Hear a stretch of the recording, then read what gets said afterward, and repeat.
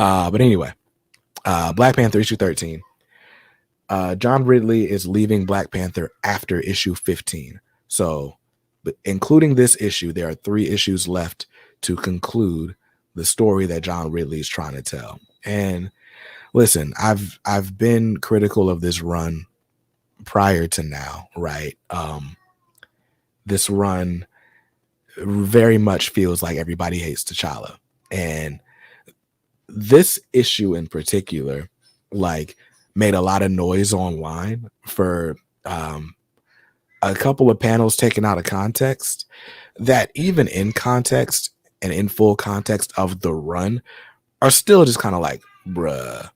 But in context of just this issue, they made sense. And some stuff was just like, bro, what?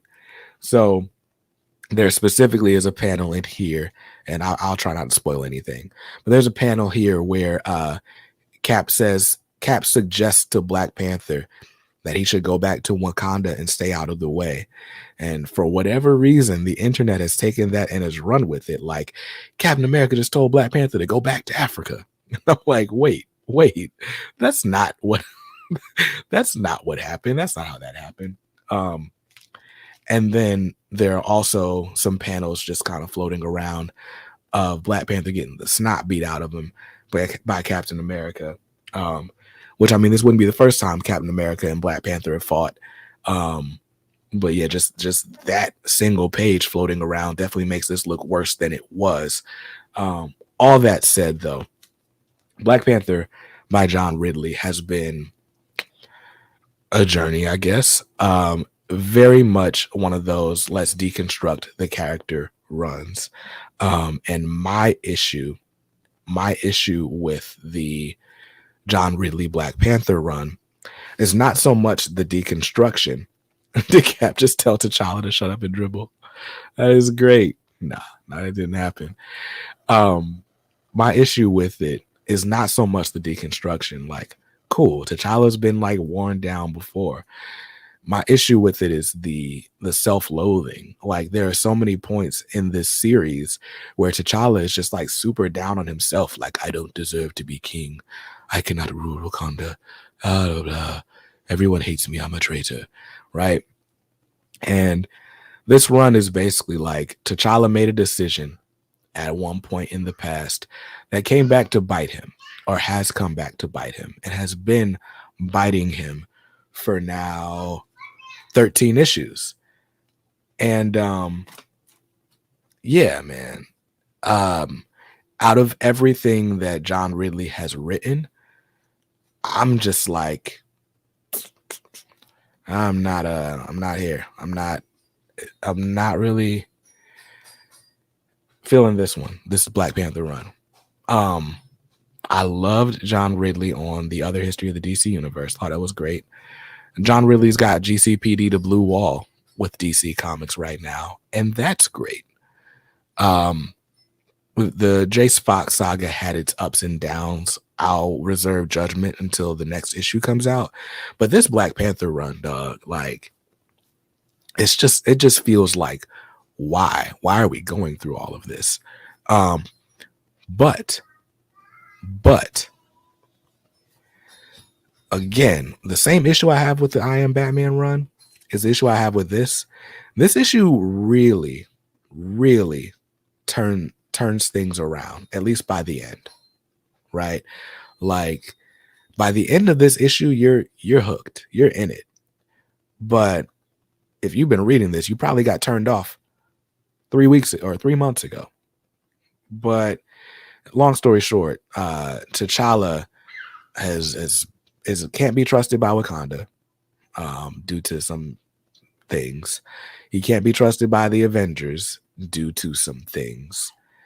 And yeah, he's got his group of ragtag friends. It's T'Challa, Shuri, Omalara, one other like female fighter from Wakanda. I don't know who, I can't remember her name. And then Tosin. They're fighting, or they have come to T'Challa's aid to try to fight whatever threats may come.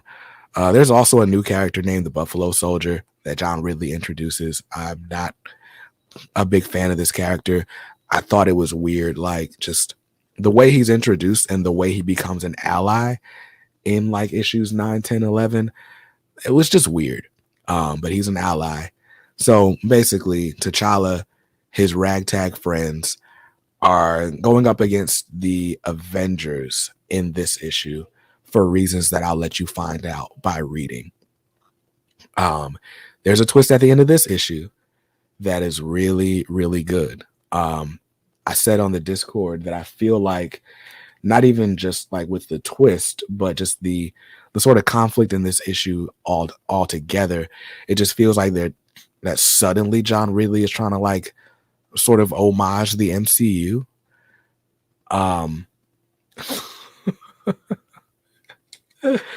Yeah, that's funny, Buckmaster B.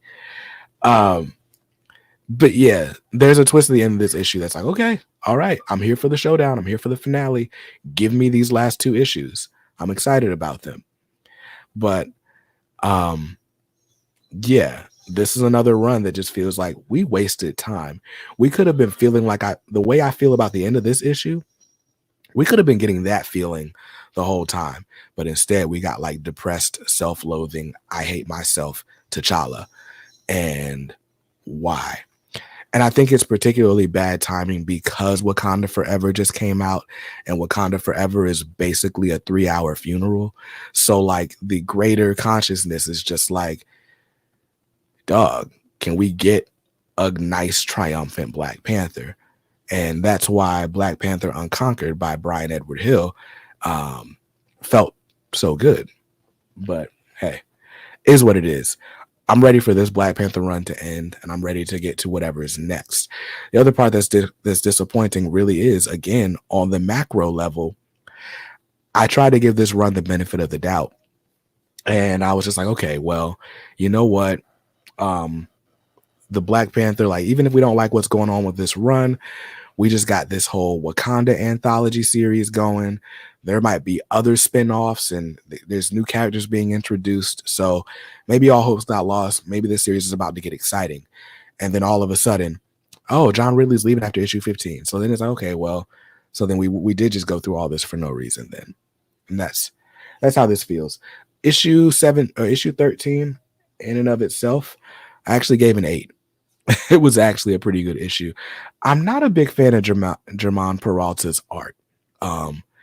I wish the art in this issue was maybe more like what you get in I Am Batman, maybe a little bit more fleshed out. This just kind of looks like sort of watercolor painted at points, not crazy detailed. Let me see if I can like show an example. And I kind of want to talk about the oh, you know what? I'm tripping. This art isn't terrible. It's the coloring that I'm like, it doesn't really sit crazy well with me. But this art is fine. It's serviceable. It's fine. Doesn't take away from the story, I guess is my point. But I don't get Buffalo Soldier. I don't get why he's a thing. So, all right. Just in case you don't want to hear like any, I don't even know if this is a spoiler because it's been floating around so much. Like I said, there are panels floating around the internet. You can find them if you just like, I don't know, scroll on Twitter for 5 seconds. There is a moment. What's up? What's up, Joe? What's up, Kev? But there's a moment in this issue where, and it's been building for like 3 issues, but T'Challa and Captain America, Steve Rogers, have been like just butting heads throughout this whole series.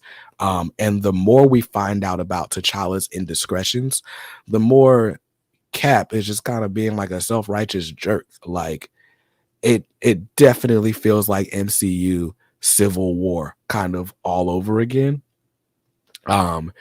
And in this issue, they finally come to blows. if you want to call it that, because Cap just like beats the snot out of T'Challa. Like, just what? And the way they turn it around is as if Cap was like trying to, this is like some sort of a mercy beating for T'Challa. Like, I don't know, dog. Like, the way they wrap it up, it makes it sound like Cap was on some, I don't want to do this. I don't want to fight you. Like, just stay down because I just hit you this one time just to let you know that I'm serious and you should stay down. That's the way they play it. But like, if you're looking at the panels, he is like just beating the dog crap out of T'Challa. And it's just like, yo, like, so I certainly understand the discourse around this issue because, again, for 12 issues now, we've been getting self-loathing T'Challa. And now Cap is also just like not only just emotionally beating T'Challa up, but just physically, like just I honestly want to show you the pages. That's how bad it is, but whatever. The way the issue wraps up, I'm excited about. So I still gave it an 8, even with all that. But yeah, it was pretty cringe.